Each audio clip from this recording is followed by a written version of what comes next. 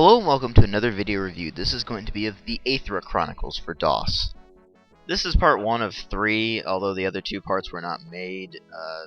Basically the plot goes that the king's child is kidnapped and you have to go rescue it. I can't remember if it's a boy or a girl. I think it's a son, but anyway. It's a pretty traditional role-playing game. The stats really matter. You get a good assortment of skills. It's a very long and complicated process of making a character if you want to do it well. And so that's why I've got this thing on hyper speed going through that little process, because believe it or not, this video would have been like 22 minutes long if I had, kept it in there. And yeah, it takes a long time. Now the graphics for the time, which was 1994, were outstanding, especially for a single person project. Yes, the game was made entirely by one person, and that is an extremely impressive feat, especially for something this good. This is probably the best role-playing game I've ever played, and that's saying a lot considering all the different role-playing games I've played over the years. But it's not so much that it's got a great story, or that you get cool loot like you do in, say, Dungeon Siege or any of that. It's that the game itself is just really fun to play.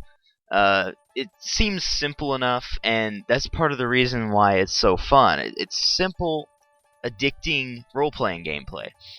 This is the real type of role-playing game that I like. It's a traditional, you'll do a lot of dungeon crawling. You can do little quests like to get the bandit Galoran's head. I don't even know if I'm pronouncing that right, but anyway. You go get his head, you get 1,000 gold pieces, stuff like that. And it's a deep role-playing game with a lot of stuff to do, especially for Volume 1 of what was supposed to be 3 different games. If Volume 2 and 3 were ever made, then I would go get them, but they never were made, and that's a big problem for me, because it does leave you on a big cliffhanger at the end. But I'm not going to spoil that. Combat's an interesting system. In a lot of the old traditional role-playing games, you would tell this person to attack, and with whatever weapon he would have equipped, then he'd just go after him with it. In Aethra, you get to choose between melee, spells, and bows. Now, I don't use slings with any of my characters because I've never found one that would actually use it. Bows are always better, but basically, when you tell them to use a bow or a spell on the enemies, it comes up with a little reticle, and you have to highlight the enemy you want to attack. Some spells affect all of them. It's a very diverse spell list series that there are. I think the sorcerers can learn like 5-6 different spell lists by the end of the game.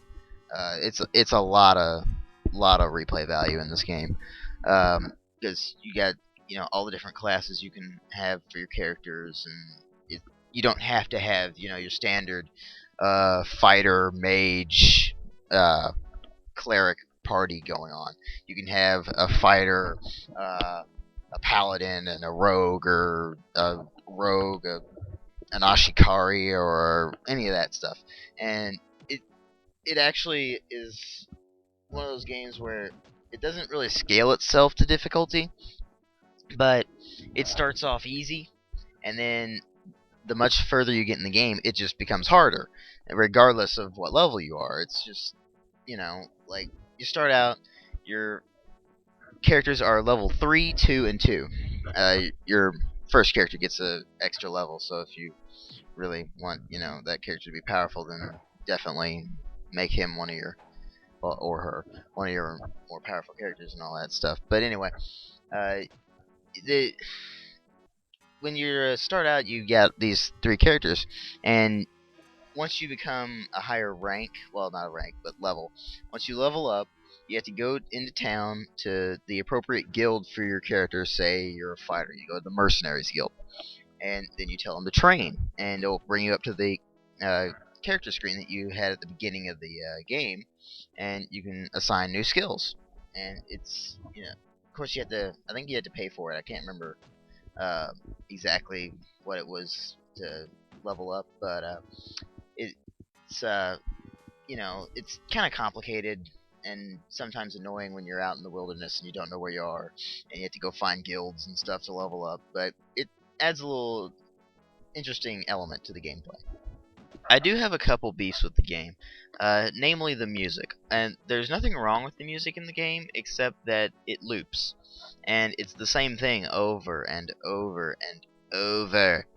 And if you've got it loud enough, then it really, really hurts your ears because it's, a lot of high-pitched tones and stuff, typical of MIDI files back then. But the sound effects are pretty decent. Melee attacks sound like, your typical punch sound effects, and bows sound kind of like bows, and all that kind of stuff.